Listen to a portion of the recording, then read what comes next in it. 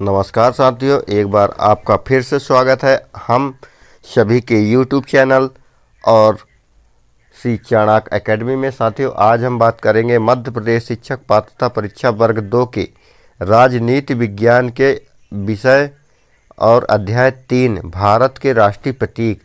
तो आज के इस टॉपिक में हम भारत के राष्ट्रीय प्रतीकों के बारे में जानकारी विस्तार से प्राप्त करेंगे कि आखिर हमारे भारत देश के कौन कौन से राष्ट्रीय प्रतीक हैं और उन्हें कब लिया गया है और उनका क्या महत्व है। तो शुरुआत करते हैं साथियों अपने पहले टॉपिक राष्ट्रीय ध्वज से। तो साथियों देखेंगे कि राष्ट्रीय ध्वज तिरंगे में समान अनुपात में 3 क्षैतिज पट्टियां होती हैं। तो हम सभी ने साथियों, आप सभी ने और हमने भी, सभी लोगों ने अपने भारत के राष्ट्रीय ध्वज यानी तिरंगे झंडे को देखा है और उसमें 3 पट्टियां होती हैं। तो जिसमें जो ऊपर में लाल रंग की, बीच में सफ़ेद रंग की और नीचे जो होती है सबसे नीचे वह हरे रंग की होती है और बीच में एक चक्र भी बना हुआ दिखाई देता है। तो साथियों इनके विषय में हम जानकारी लेंगे कि आखिर इसका क्या महत्व है और इन रंगों को और इन चक्रों को किस और क्यों लिया गया है। तो साथियों देखेंगे कि जो सबसे ऊपर का जो केसरिया यानी लाल रंग की जो पट्टी है वह ऊपर रहती है और बीच में श्वेत रंग की और नीचे जो रहती है वह हरे रंग की पट्टी रहती है। और जो हमारे तिरंगे झंडे की लंबाई और चौड़ाई का अनुपात है साथियों वह 3:2 में रहती है। 3:2 यानी जो चौड़ाई होती है वह 3 अनुपात में और जो उसकी नीचे की जो चौड़ाई और लंबाई तो 3:2 रहती है। श्वेत पट्टी के बीच में एक जो सफ़ेद पट्टी रहती है उसके बीच में एक नीले रंग का चक्र बना होता है ना। शीर्ष में जो सबसे ऊपर का जो गहरा केसरिया रंग है वह देश की ताकत और साहस को दर्शाता है। यानी जो लाल रंग है वह हमारे देश की ताकत और उसके साहस को दर्शाता है और बीच की जो सफ़ेद पट्टी है वह शांति और सत्य को संकेत करती है। यानी जो बीच की सफ़ेद पट्टी है वह शांति और सत्य का प्रतीक है और नीचे जो सबसे नीचे हरे रंग की जो पट्टी है वह देश के शुभ विकास और उर्वरता को दर्शाती है। यानी भारत देश की हमारी खुशहाली को दर्शाती है। इसका प्रारूप और जो हमारे बीच में जो सफ़ेद पट्टी के बीच में धर्म चक्र है तो इसका प्रारूप जो है तो वह अशोक के स्तंभ से लिया गया है ना। इसमें 4 शेर हैं जिसमें 3 शेर 3 सिंह दिखाई देते हैं और ये जो एक अदृश्य सिंह है वह पीछे की ओर रहता है। इसका व्यास जो होता है, इसका जो व्यास पूरा व्यास होता है वह श्वेत पट्टी की चौड़ाई के लगभग बराबर होता है। यानी जो सफ़ेद वाली पट्टी होती है उसकी ऊपर की और नीचे की चौड़ाई के व्यास के यानी उसकी लाइनिंग के बराबर रहती है। इसमें 24 तीलियां हैं और राष्ट्रीय ध्वज को संविधान सभा के द्वारा 22 जुलाई 1947 को अपनाया गया था। इसके बाद देखेंगे साथियों राष्ट्रभाषा। तो राष्ट्रभाषा की बात करें तो भारत की कोई, जब हमारा भारत देश आज़ाद हुआ सन 1947 में, तो हमारे भारत देश की कोई एक स्पष्ट भाषा या राजभाषा नहीं थी। तो भारत सरकार ने 22 भाषाओं को आधिकारिक रूप से भाषा के रूप में जगह दी। तो हमारे जब संविधान सभा का निर्माण हो रहा था तो हमारे जो भारत की सरकार थी, जो हमारे भारत देश की गवर्नमेंट थी, तो उसने 22 भाषाओं को आधिकारिक यानी संवैधानिक तौर पर जगह दी तथा राज्य सरकारें अपनी आधिकारिक भाषा चुनने के लिए स्वतंत्र हैं। और हमारे देश की संविधान ने यह राज्य सरकारों को स्वतंत्रता प्रदान की कि हर राज्य अपनी एक आधिकारिक भाषा चुनने के लिए स्वतंत्र है। यानी वह किसी भी भाषा को स्वीकार करने के लिए बाध्य नहीं है। केंद्र सरकार ने अपने कार्यों के लिए हिंदी और अंग्रेजी भाषा को आधिकारिक भाषा के रूप में जगह दी। और जो हमारी केंद्र की सरकार थी, जो गवर्नमेंट ऑफ इंडिया थी, वह हिंदी और अंग्रेजी भाषा को आधिकारिक तौर पर भाषा के रूप में जगह दी। यानी हमारे भारत देश की जो हमारी जो भारत सरकार है वह हिंदी और अंग्रेजी भाषा को अपने आधिकारिक उपयोग के लिए कर सकती है। इसके बाद जो हमारा अगला प्रतीक है साथियों राष्ट्रीय पक्षी। तो हमारा जो राष्ट्रीय पक्षी है वह मोर है और भारतीय मोर, इसका जो वैज्ञानिक नाम है पाम्बोक्रिस्टातुस। आप इसके वैज्ञानिक नामों को भी याद रखिएगा, क्योंकि एग्जाम की दृष्टि से जो एग्जाम में जो है तो वैज्ञानिक नामों को भी अधिकतर एग्जामिनर पूछता है। तो भारतीय मोर पाम्बोक्रिस्टातुस इसका वैज्ञानिक नाम है, और यह भारत का एक राष्ट्रीय पक्षी है। यह एक रंगीन हंस के आकार का पक्षी, पंखे की आकृति, पंखों की कलगी, आँख के नीचे सफ़ेद धब्बा और लंबी गर्दन होती है। आप चित्र में देख रहे होंगे जो राष्ट्रीय पक्षी मोर है, आप चित्र में स्पष्ट रूप से देख रहे होंगे, है ना। यह राष्ट्रीय पक्षी मोर को 1963 में अपनाया गया था।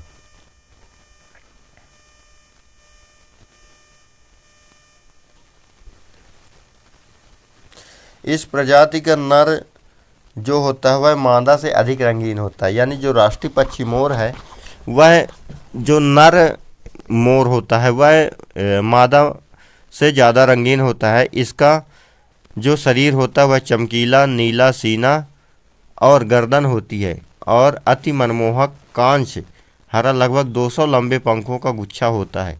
मादा भूरे रंग की होती है, नर से थोड़ा छोटा, और इनमें पंखों का गुच्छा नहीं होता है। नर का दरबारी नाच पंखों को घुमाना और पंखों को संवारना दृश्य होता है। यानी जो देखेंगे होंगे आप कि जो मोर होता है वह अपना पंख फैला लेता है, जब वह नृत्य करता है तो वह अपना पंख फैला लेता है। लेकिन जो मादा होती है वह पंख नहीं फैलाती, उसके पंख जो होते हैं वह लंबे होते हैं, मतलब पीछे की साइड वो झुके रहते हैं।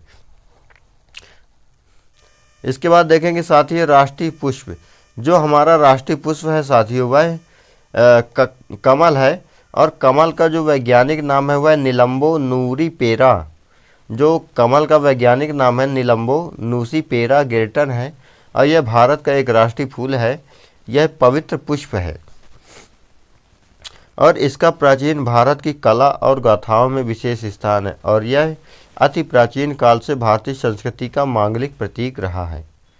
भारत पेड़ पौधों से भरा है। वर्तमान में उपलब्ध डाटा यानी वनस्पति विविधता में इसका विश्व में 10वां और एशिया में 4था स्थान है।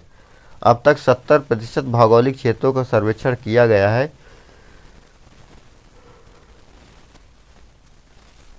उसमें से भारत के वनस्पति सर्वेक्षण द्वारा लगभग 47,000 वनस्पति प्रजातियों का वर्णन किया गया है।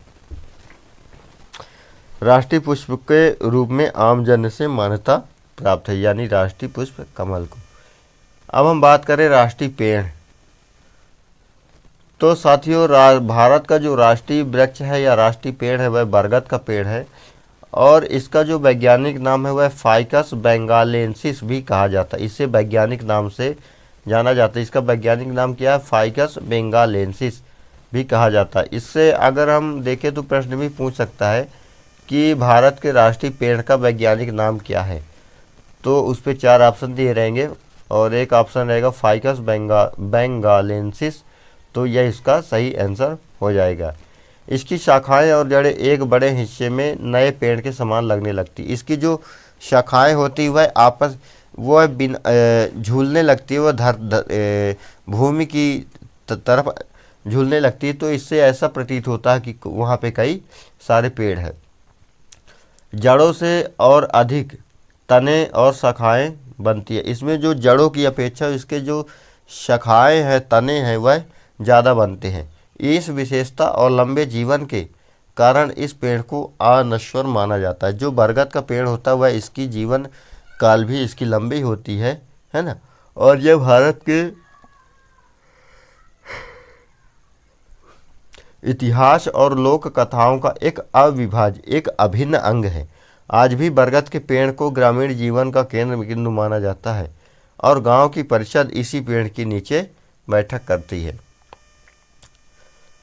इसके बाद देखेंगे साथियों हम राष्ट्रगान। जो हमारा प्रतीक है राष्ट्रगान, तो भारत का राष्ट्रगान अनेक अवसरों पर बजाया जाता है। राष्ट्रगान के सही संस्करण के बारे में समय समय पर अनुदेश जारी किए गए हैं। इनमें वे अवसर जिन पर इसे बजाया जाना चाहिए, इन अवसरों पर उचित गौरव का पालन करने के लिए राष्ट्रगान को सम्मान देने की आवश्यकता के बारे में बताया जाता है। सामान्य सूचना और मार्गदर्शन के लिए इस सूचना पत्र में इन अनुदेशों का सारांश निहित किया गया है। स्वर्गीय कवि रविन्द्रनाथ टैगोर द्वारा जनगण मन के नाम से प्रख्यात शब्दों और संगीत की रचना भारत का राष्ट्रगान है। इसे इस प्रकार पढ़ा जाए। उपरोक्त राष्ट्रगान का पूर्ण संस्करण है और इसकी कुल अवधि लगभग 52 सेकंड है। इसके बाद देखेंगे साथियों, हमारी जो एक राष्ट्रीय और प्रतीक है गंगा नदी। तो भारत की जो राष्ट्रीय प्रतीक है गंगा नदी, तो गंगा भारत की सबसे लंबी नदी है। यह जो गंगा नदी है वह भारत की सबसे लंबी नदी है, जो पर्वतों, घाटियों और मैदानों में लगभग 2525 यानी 25 इसमें 10 दिया गया है, जो इसकी वास्तविक जो लंबाई है वह 2510 किलोमीटर की दूरी तय करती है। यह हिमालय के गंगोत्री ग्लेशियर में भागीरथी नदी के नाम से बर्फ के पहाड़ों के बीच जन्म लेती है। इसका जो उद्गम स्थल है वह गंगोत्री ग्लेशियर में भागीरथी की नदी के नाम से बर्फ के पहाड़ों से यह निकलती है और इसमें आगे चलकर अन्य नदियाँ जुड़ती हैं, जैसे अलकनंदा, यमुना, सोन नदी, गोमती नदी, कोसी और घाघरा। गंगा नदी का बेसिन विश्व के सबसे अधिक उपजाऊ क्षेत्र में माना जाता है और यहाँ सबसे अधिक घनी आबादी निवास करती है तथा लगभग यह 1 सैकड़ा हजार 10,000 लाख 1 करोड़ वर्ग किलोमीटर में फैला हुआ है। नदी पर 2 बांध बनाए गए हैं, एक हरिद्वार में और दूसरा फरक्का में। गंगा नदी में पाई जाने वाली सूंस एक संकटापन्न जंतु है जो विशिष्ट रूप से इसी नदी में वास करती है। तो गंगा नदी में एक जंतु है सूंस नामक, उसके लिए संकट उत्पन्न हो गया है और यह विशेष रूप से गंगा नदी पर ही निवास करती है। और गंगा नदी में 2 बांध बनाए गए हैं, एक हरिद्वार में बनाया गया और एक फरक्का में। गंगा नदी को हिंदू समुदाय में पृथ्वी की सबसे अधिक पवित्र नदी माना जाता है। अगर हम हिंदू धर्म की बात करें तो गंगा नदी जो है तो वह हिंदू धर्म मान्यता के अनुसार विश्व की या पूरी धरती की सबसे पवित्र नदी है और मुख्य धार्मिक आयोजन नदी के किनारे स्थित शहरों में ही किए जाते। जो हिंदू धर्म के प्रमुख राष्ट्रीय या धार्मिक आयोजन है वह केवल इसी नदी के किनारे जैसे बनारस, हरिद्वार, प्रयागराज आदि क्षेत्रों में किया जाता है। प्रयागराज गंगा नदी बांग्लादेश के सुंदरबन द्वीप में गंगा डेल्टा पर आकार व्यापक हो जाता है। यानी बांग्लादेश का एक सुंदरबन है, द्वीप है, उसमें गंगा नदी जो है डेल्टा का निर्माण करती है और वहाँ पर व्यापक हो जाती है। इसके बाद ये बंगाल की खाड़ी में मिलकर अपनी पूरी यात्रा शामिल करती है। तो इससे प्रश्न भी बन सकता है कि गंगा नदी किस महासागर में मिलकर मिलती है, तो यह इसका उत्तर होगा बंगाल की खाड़ी।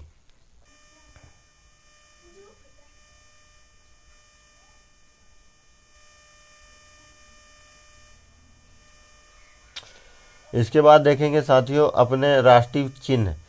तो साथियों हमारा जो राष्ट्रीय चिन्ह है वह अशोक चिन्ह है।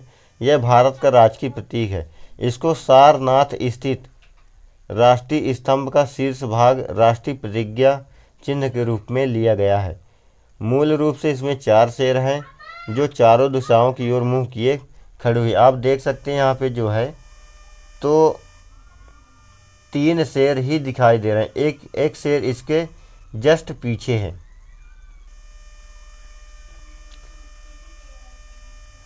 इसके नीचे एक गोल आधार है जिस पर एक हाथी, एक दौड़ता हुआ घोड़ा, एक सांड और एक सिंह बने हैं। ये गोलाकार आधार खिले हुए उल्टे लटके कमल के रूप में है। हर पशु के बीच में एक धर्म चक्र बना हुआ है। राष्ट्र के प्रतीक में जिसे 26 जनवरी 1950 को भारत सरकार द्वारा अपनाया गया था, केवल 3 सिंह दिखाई देते हैं और चौथा छिपा हुआ है, दिखाई नहीं देता। चक्र केंद्र में दिखाई देता है, सांड दाहिनी ओर और घोड़ा बाईं ओर और अन्य चक्र की बाहरी रेखा बिल्कुल दाहिने और बाईं छोर पर है। घंटी के आकार का कमल छोड़ दिया जाता है।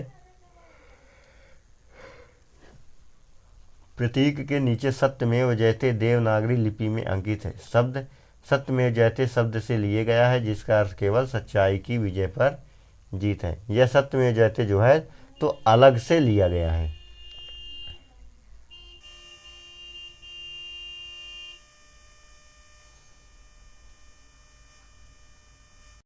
तो साथियों आज की वीडियो में बस इतना ही, क्योंकि वीडियो बहुत लंबी हो रही है, वीडियो लगभग 15 मिनट की हो गई है।